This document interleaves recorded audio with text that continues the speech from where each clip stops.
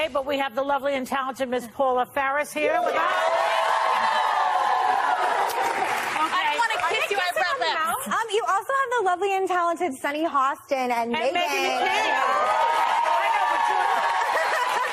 But you're here every day. I am here every day. You're here I every have day. lipstick on my teeth. Yeah. Great. That's a great way to start the show, isn't it? Okay, so the word of the day in America this morning, for several different reasons, is leaks. I got that. Please explain. Please Former explain. FBI Director James Comey talked to George Stephanopoulos about meeting with Donald Trump about allegations that Russians had a video of Trump with hookers in a Moscow hotel room doing really, really, really gross things. Here's how he says Trump reacted. Watch. Says he may want me to investigate it to prove that it didn't happen. And then he says something that distracted me, because he said, you know, if there's even a 1% chance my wife thinks that's true, that's terrible. And I remember thinking, how could your wife think there's a 1% chance you were with prostitutes peeing on each other in Moscow? I'm a flawed human being, but there's literally zero chance that my wife would think that was true. So what kind of marriage to what kind of man does your wife think there's only a 99% chance you didn't do that? Did you believe his denial? Honestly, never thought these words would come out of my mouth, but I don't know whether the current president of the United States was with prostitutes peeing on each other in Moscow in 2013. It's possible, but I don't know.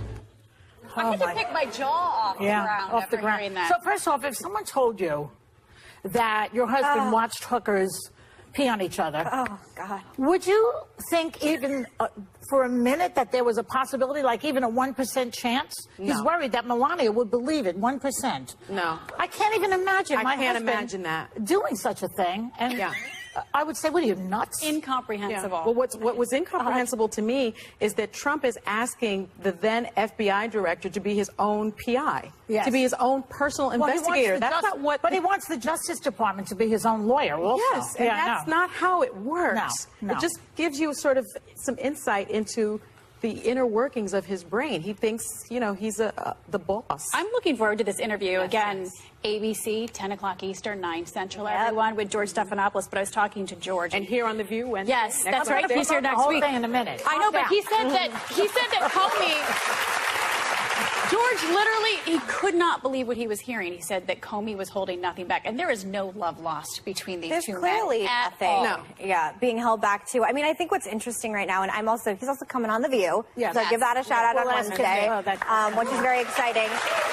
I will say that my problem with, I have many problems with James Comey, but one of the things is, on one side he wants to be this like stand-up, I'm the head of the FBI, I'm apolitical, I'm just here for the FBI and for national security. And then on the other hand, he's like talking about the size of Trump's hands. Yes. He's talking about all these salacious things, and he's tweeting all these highly political tweets about President Trump. So once again, I don't know where you stand. I don't know who you are. I will say Nate Silver tweeted, if Comey's decision to release the letter on October 28th was influenced by his interpretation of polls, that really ought to cut against his image as an honorable, principled decision maker. Instead, he was just being expedient and trying to save his hide. Well, it's the good news and the bad news about Comey, basically. He's a flawed human being. Republicans don't like him. Democrats don't like him. This is what's interesting to me. They're doing a hit job on Comey. I myself, you know, having worked at the Justice Department, I thought that he was an honorable leader. I think that when you have the President of the United States and Republicans trying to take down our law enforcement institutions of the United States, I am horrified by that. It was one of the best jobs I ever had. I was a public servant. I made very little money, but I was representing the people of the United States, much like all of these people. So I am really disgusted that the RNC now has a website called, you know, Lion Comey. This is a man who is a war-decorated Marine. Here it is. A Vietnam War-decorated Marine, former FBI director, former Southern District of New York, United States Attorney. The suggestion somehow that people will believe these horrible things about him because Donald Trump is saying them. It's Well, shocking but he to hasn't me. done himself any favors. I mean, again, he's made himself this highly political animal. And I will say, there are great people who work for the Justice Department like you who are just doing it because they want to be public servants. I think James Comey wants his own late night show. I think he wants to be a co-host on The View. I think he wants to. I mean, I think put that's him in what the he's doing category now. of Is he in it for the cash? Who wants to This be book, or is he in it Scaramucci. for the country? Is he in it for the cash or the disagree with country? Okay, here's another point. Comey also claims that Trump's like a mob boss, quote unquote, who's obsessed with loyalty. In my opinion, even Don Corleone had loyalty to Clemenza and Tessio. Trump throws everybody under the bus. He has no loyalty to anyone. Maybe Ivanka. That's about it. I think there's a difference, though. We talk about demanding loyalty. No, I wouldn't say he's a mob boss. I Not in don't think way. that I think there's a difference between, like, if I want somebody to join my inner circle or producer, I need to know that I can trust them. Yeah. And I need to know that they're going to be loyal. But I think there's a difference between trust and loyalty and just blind enablement. And I don't really see, I know we've made a big deal about, he asked for his loyalty, but I ask for people's loyalty. I want you to be loyal to me, but I also want you to be able to call me out when I'm going down. Well, he doesn't like any of that. He only wants blind adoration. A lot of people on his staff call him out. They're but then they not get the fired. same ideology. But it's very different when you ask the loyalty of the FBI director. They are not, you don't get loyalty from the FBI director. You get the truth. And so the suggestion somehow that he asked of loyalty because he wanted him to lay off of investigating But can I one just of say his colleagues. It's Yes. He improper. also, but in some of the clips that have come out, the excerpts, and we have the book, we're all reading it over the weekend. Yes. In the book, one of the things that came out is him saying that he was crying to President Obama after he had come out about Hillary Clinton's emails the 10 days before the election. So, again, are you political? Why is either president's admiration or respect for you? Why are you crying to President Obama in an emotional way if you don't want the validation of presidents? You're supposed to be completely separate, apolitical, have nothing to do. So This was after, though. This was after he was fired, is my understanding, and he did go to President Obama because I think, and again, I haven't finished reading the book, but I think it's likely because President Obama appointed him. George W. Bush appointed him as well. He's a Republican. He's a a Republican. Republican. But I think more so, he felt, and he has said this, terrible guilt about perhaps his role in that election. And I think the suggestion somehow that he's in it for the money, or and this is the Republican Party of some of them in the party, like Newt Gingrich, for example, they're going after Comey. Something's very, very scary to them about this book because Newt Gingrich compared the FBI to Stalin and the Gestapo. I mean, going into Cohen's stuff. And I'd like to point out that the FBI had a search warrant, which is an American thing that we do in this country. It's not Stalin. That's not my issue, though. Stop it. Because I don't think that was illegal. But I just want to say one thing as we exit. Yeah. Do you know what Mueller looks like? Does he have a Twitter account? Do you know anything about his personal life? Comey had a Twitter account while he was the head of the FBI. He does a lot of things that are non-traditional for a head of the FBI. There's a lot of people in the FBI that do great work.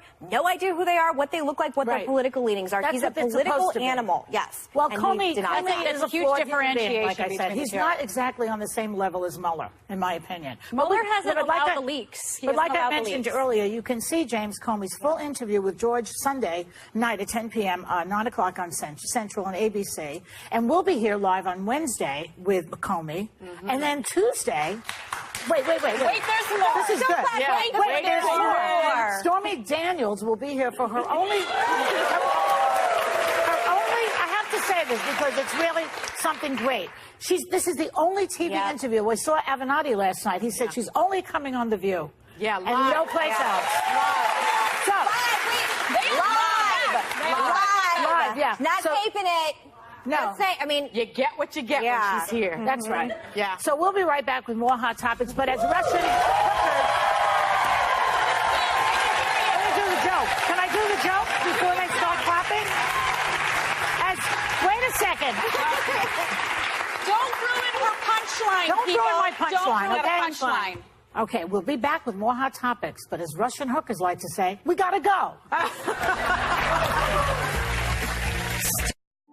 Tell you, when there's more than one person that has a gun, it makes the situation more dangerous for them because they don't know who the bad guys are. But you know what? More guns is not the answer. Because I live in New York State, I just want to say this one thing because it's personal, really. Yeah. Because I live in New York State and there are tight gun laws here. I take the subway, I take the bus, I walk around freely. If I was living in one of these states, open carry or whatever they are, I would never do public transportation. I'd be afraid that some guy in the subway would have a fit, just go mad, upset about somebody took his seat or somebody's mansplaining or what have you, and shoot somebody else. Well, because it's easy to do. I think we follow the lead of other countries. I mean, if you look at Japan, there is almost no gun violence. In fact, it's like the chance of being killed by a gun are just the same as chances in the United States of being struck by lightning. It's like 1 in a million. They don't have a Second Amendment. They don't have a Second Amendment. Right. I feel very differently about that, though. When I go to states like Arizona, when I go to states like Texas, I'm not worried about law-abiding citizens carrying guns. They don't make me nervous. I feel much more comfortable knowing that if something happens, you have law-abiding citizens that have gone through background checks but have been trained. Have you been around people with guns? All the time. No, I have. I have been around a lot of people. Have you been around with afraid people with guns? I have, and a lot of these people. I don't believe you, Jen. I don't believe. I because promise when somebody I'm shoots a conservative. They're a very pro-guns, Listen, pro-Second Amendment group. Listen, no, I have no a problem, lot of I'm not a gun girl, but I have a lot of I am saying to you that when people start shooting, people tend to run. If other people have guns, it makes it very hard for the police to know who to shoot. And they're more likely to hurt themselves. Who to shoot because every civilian's got a gun out. But the problem is, if the Capitol Police weren't there, and the Capitol Police were only there because Scalise is there and he's the House Majority Whip, if they had not shown up, there would have been a massacre there. But that's their job. That's their job. But if you live in a society where only the police have guns, that's called a police state. That is not the United States of America. Not called the police. That is not the United States. I don't know. That is not. Listen, the Second Amendment. Let's talk about the Second Amendment then. Please. Okay, because the Second Amendment is about a militia. That's what it says. But that was at the time that it was written. That's right. It's the right.